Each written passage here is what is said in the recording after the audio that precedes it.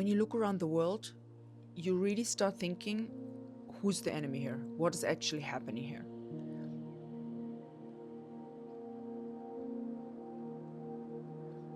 You know, I was a person who did not watch the news for years. I was not watching the news at all. Even since, I don't know, 2000, I don't know, even back when I went on my world trip, I didn't really watch the news. It was 10 years ago. But even my whole time in Zurich, I don't have a TV for 12 years. I don't watch the news. I don't buy newspapers. I don't buy any magazines. I was like completely shutting myself off of this all mainstream news completely. And I don't know how it came in the last weeks. I got the idea to check some stuff up, like I mean, not mainstream, but you know, on YouTube, like more specifically, like what's happening there, because I was always like against the news, like you're getting lied to and everything. But I think in the times of YouTube, at least you get some insights from people that to me seem to be authentic. So okay, anyway, I started to watching some articles and some things that are happening, and to be really honest with you, I was shocked. You know, I'm German. I was born in East Germany, in Democratic German Republic, back in '86. So I don't know, like the years that I grew up in Germany, even before the Berlin Wall fell, peace, not even cars. And even a little bit after, still peace. You know, everything, or like a lot of my city was destroyed, like Dresden was pretty much destroyed. For me as a kid, was fine. I was playing. But then I left Germany in 2011, and I never went back. And I got this immigration thing. I kind of like realized that when I was traveling on my world trip. I think I was in Central America. And back then I was thinking like, yeah, that's, I don't know if that's such a good idea. Because I have a lot of experience with Muslim people, and I've traveled to many countries that are Muslim. Latest, I was in Egypt in 2024 alone, backpacking, and oh my God, I felt many times so unsafe, and I probably also was. But that's not the point. I'm like just like wanted to share some thoughts. It's like a really unplanned video. It's not planned, scripted, or whatever. I just really want to share my thoughts on some things. Because when I started watching this stuff, I was like, what is going on? Like the Epstein files, the Islamic invasion in Europe, in Germany, in London. I had no idea what's happening. And to see that, you imagine you're coming out of a cave for a few years, and you start seeing that. And then as a German, you're like, what are you doing? What is happening? It's like, did everybody lose their minds? But when I look on the grander scheme of everything, the Epstein stuff, I also didn't have a clue. But to come out of my ignorance, so to say, my ignorance about what is happening in the world, to come to this insights of what's going on, I'm like, who the real enemy? And it kind of really jumped in my face. I mean, I probably don't, I mean, for some of you it might be clear, but for so many people, I think it's not clear at all that the enemy is Satan, and it's Satan's work and everything. Islam, it's satanic. It's satanic. It's against every kind of beautiful form of life. What they do with women, with children, it's pedophiles, the Epstein stuff, Pizzagate, the whole, like what they do, the satanic rituals, then also this whole sexualization of everything, the LGBTQXYZ community. All of this is like kind of Satan's work to it's insane, to destroy the world, to destroy humanity, to destroy us. And it works. it works. I mean, if I imagine that Islam is taking over Europe, I mean, I'm living in Switzerland, but still, you start thinking, okay, where to go? Where to go? Like, I'm for sure not going back to Germany. I knew that all my life that I will not live in Germany. And now, but I start getting this anger. I'm feeling this anger. The father of my grandmother, he died in Second World War. It's so close to my past, this whole thing. My grandfather was in the Stasi. It's like all these regimes, all this stuff, all this history from Second World War. It's like in two generations behind me. And now they just let Europe being overrun by Islamists. And they don't even hide it. They don't even hide it. The same as like the stuff that's going on in Hollywood, all the Olympic Games. It's not hidden anymore. The devil is like, hello, I'm doing this. I'm going to rule over the world and everybody's going to bow down to me. He's doing it very, very publicly and very openly. And I'm in a way shocked and fascinated and just like, I know we're not wrestling against flesh and blood, but against principalities. And yeah, that's what it is. When I um, bought the Bible and I started reading the Bible, I had the worst satanic attacks in my life. Like the dreams I had, demonic, bad. I sometimes woke up in my sleep like sexual, bad, like something's touching me, and it felt so real. And sometimes I even had dreams that I had like a dream in a dream. So when I woke up in the dream, I was having some demonic sexual stuff going on. I was like, what the fuck? And like this kind of sleep paralysis thing. And then I thought I'm awake because I already woke up. You're like, of course you think you're awake. And it was so horrifying. And then I really woken up. I took the Bible. I was like, oh my God, like, where is this? And I wrote down some scriptures about Satan and like Satan depart. And in my family, it has a long history with Satan. It's already my great grandmother had satanic experiences, so to say. Then yeah, it's in my family. My mother as well. When I was 16, I had an experiences with my mother that maybe I will tell another time. But so, and I completely forgot about all that. This memory just came back, I think, yeah, recently, 3 years ago or something, that I remembered, oh yeah, this Satan thing. What was actually going on with Satan? And then it all clicked and all came back, and I forgot so many things.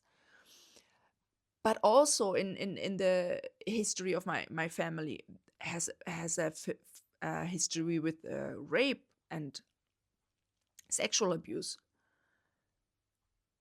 And sometimes I'm not really sure how much to share, because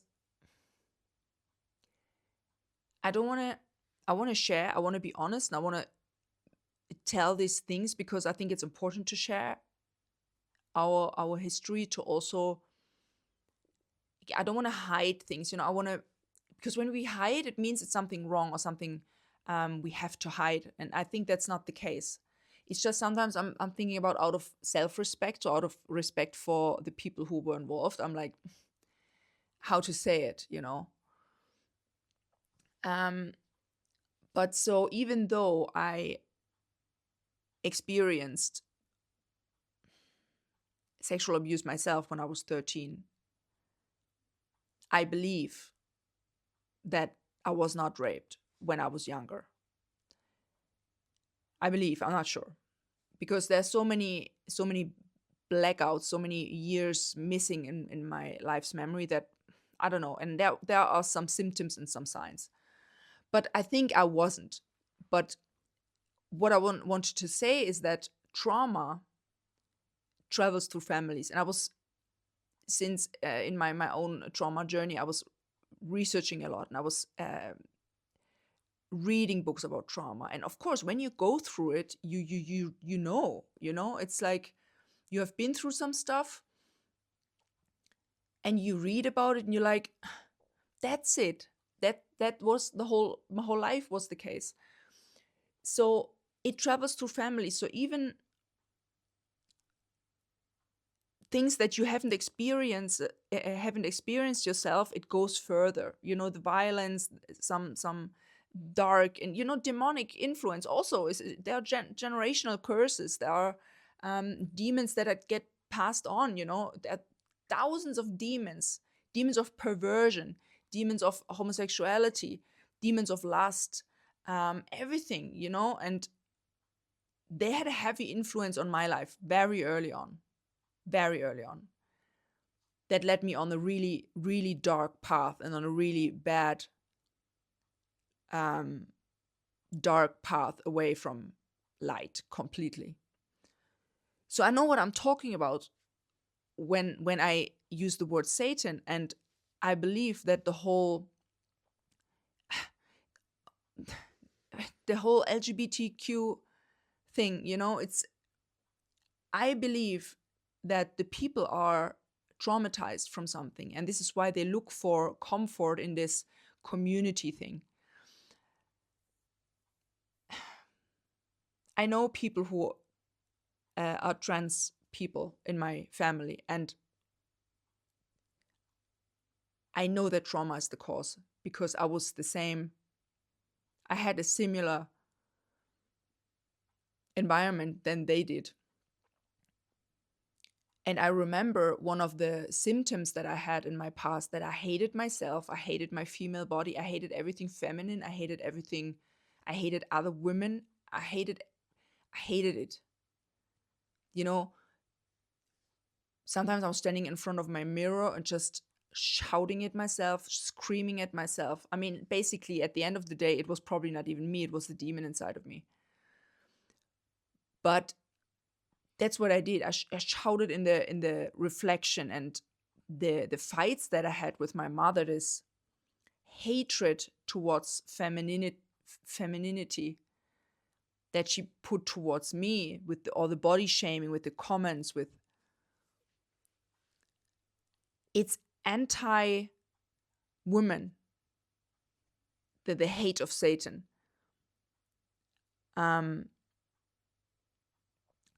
And I feel that these people who are going into LGBT, I cannot even pronounce it, LGBTQ community, they're looking for this community. And I have been there as well. Like, the worst years of my life were between 13.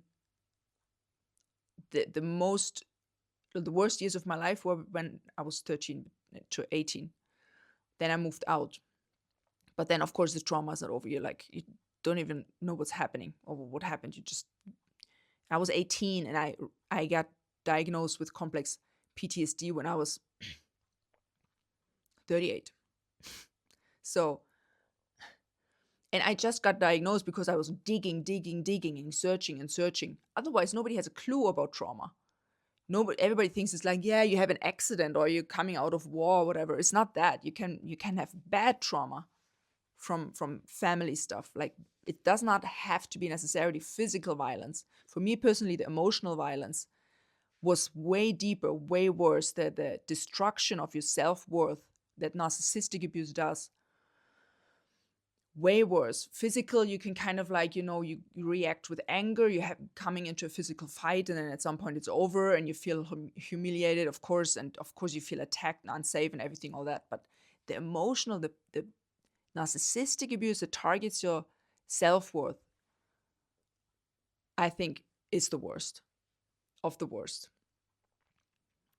So, and I found myself as well. When I was 18, I found myself the first time in it was a fetish party.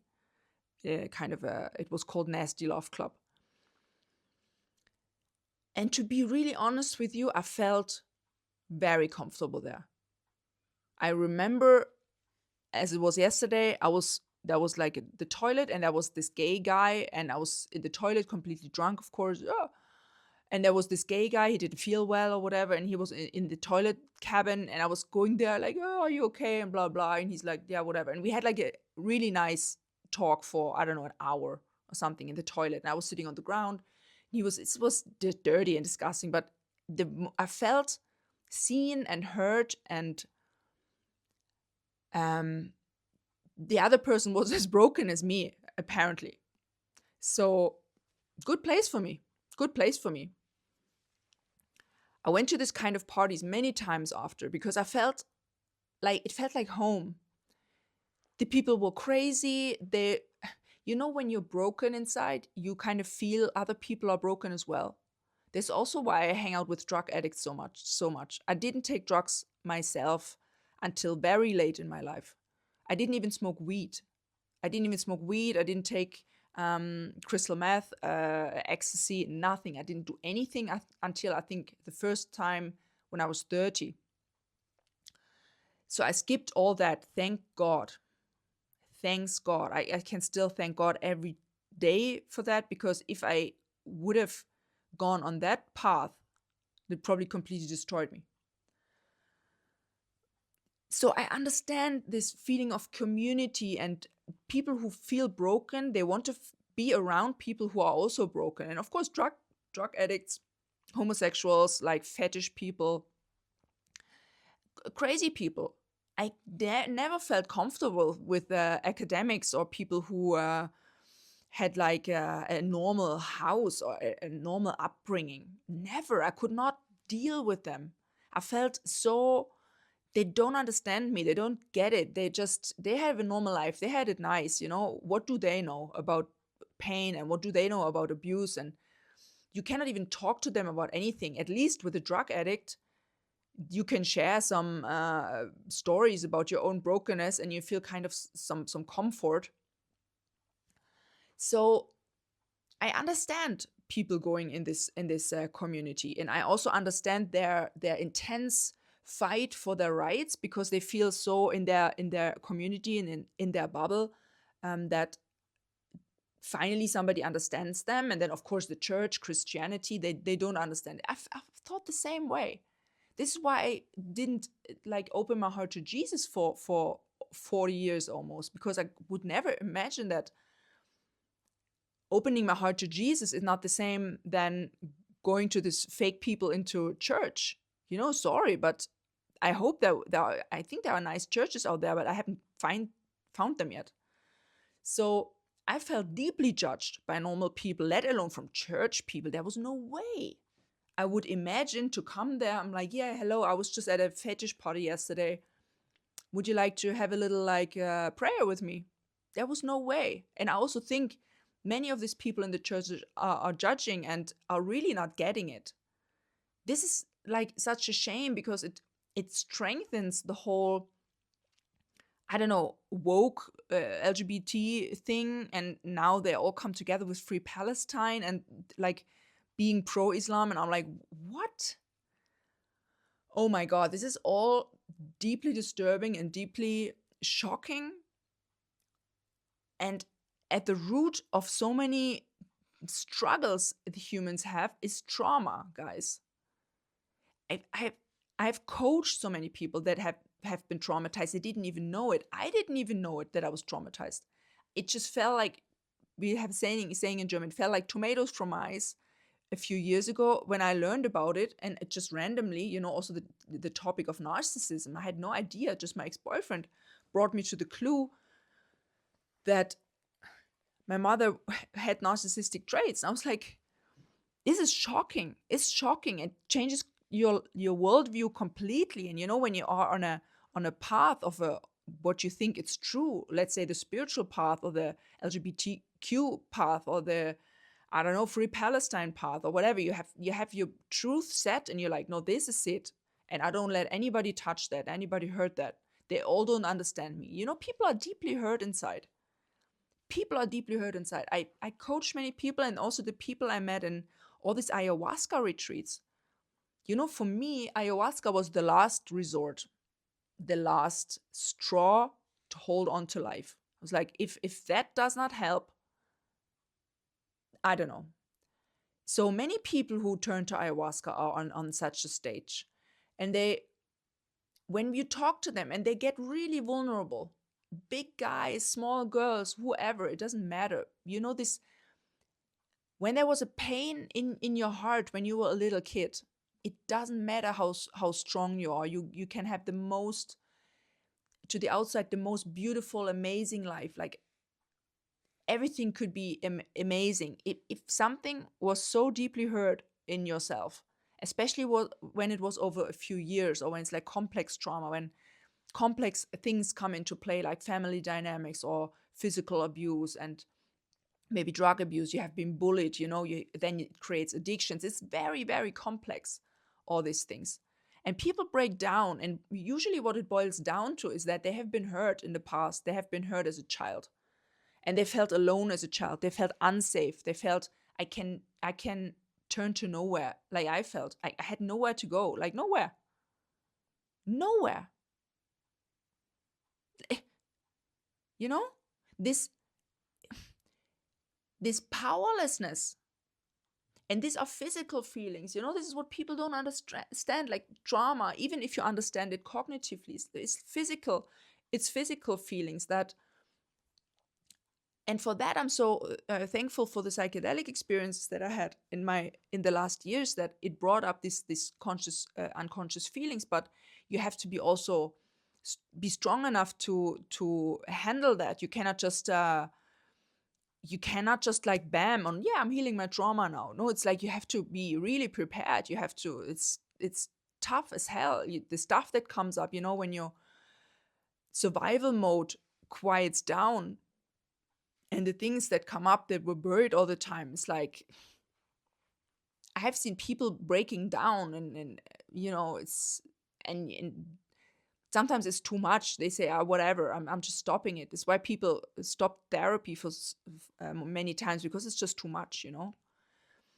So, and Satan uses trauma. Satan uses everything that human hurts, and he uses this pain to creep into our lives, to bring us under demonic oppression, to bring us into sin, to bring us away from God, to tell us the lies that God doesn't love you anyway. The church people, they don't look at them.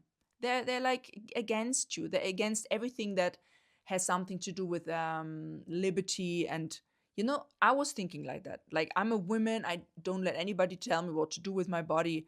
The feminist story. But we don't know what is good for us. I'm the best proof.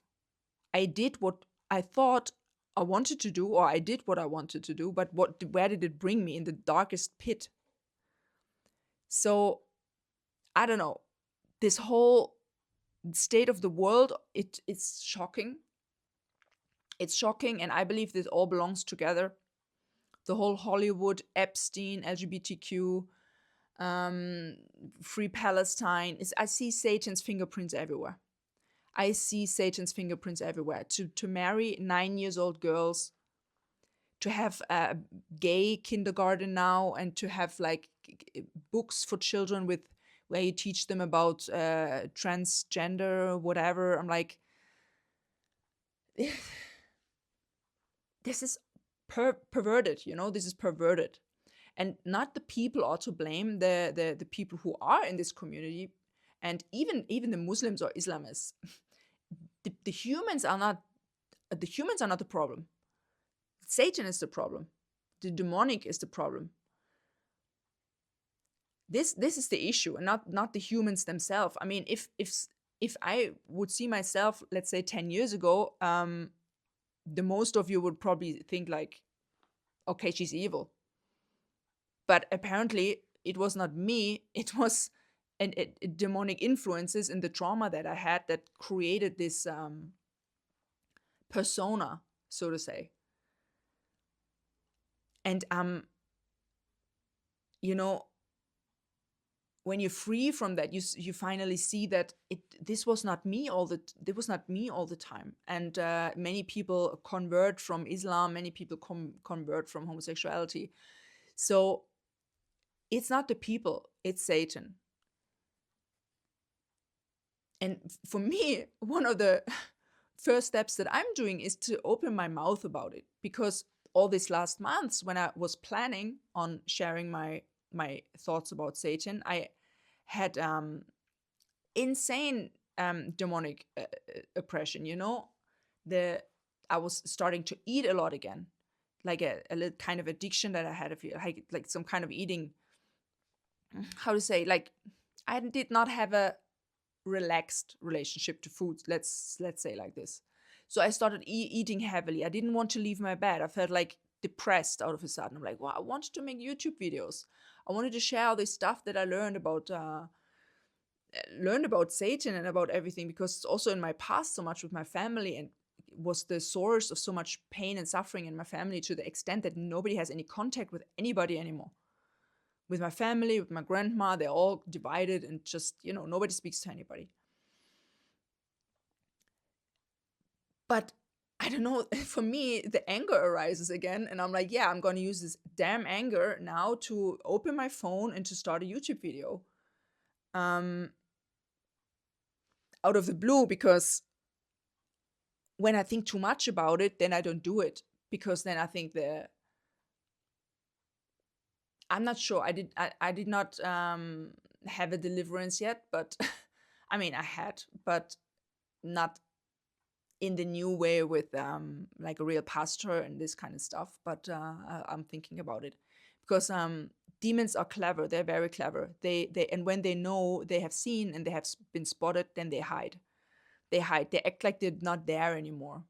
When you're not suspicious of them, they can be completely obvious in your life, and they bring you in all kinds of bad situations and sin and everything. But when you're cautious and you're like, wait a second, you look in the mirror and you see something and you're like, okay, wait, this behavior is weird. This is weird.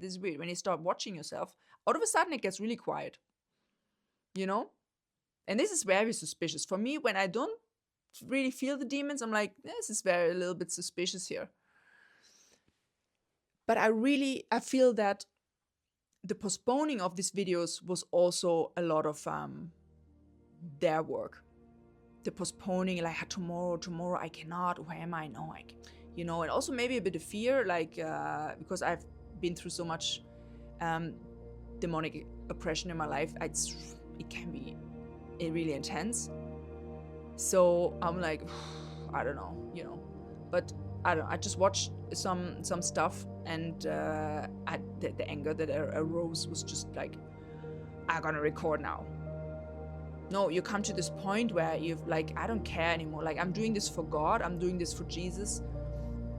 There will be resistance anyway, but to wait and to not do it anymore, to not open my mouth anymore, is just more uncomfortable than just like, okay, I'm gonna press record and I'm gonna share it. So there we are. I think that's it, my friends. I'm sorry for the bad video quality, but I had to just randomly pick up my phone and share that. And let me know in the comments what you think about it. Sorry for the triggering content. I think I'm gonna make a trigger warning at the beginning, because sometimes it just comes out of me when I start sharing. And because I dealt with so many things in my life myself, it just comes out. I cannot really stop it. So, yeah. Let me know what you think about it. I'm wishing you all still a beautiful day, and see you in the next video. Bye bye.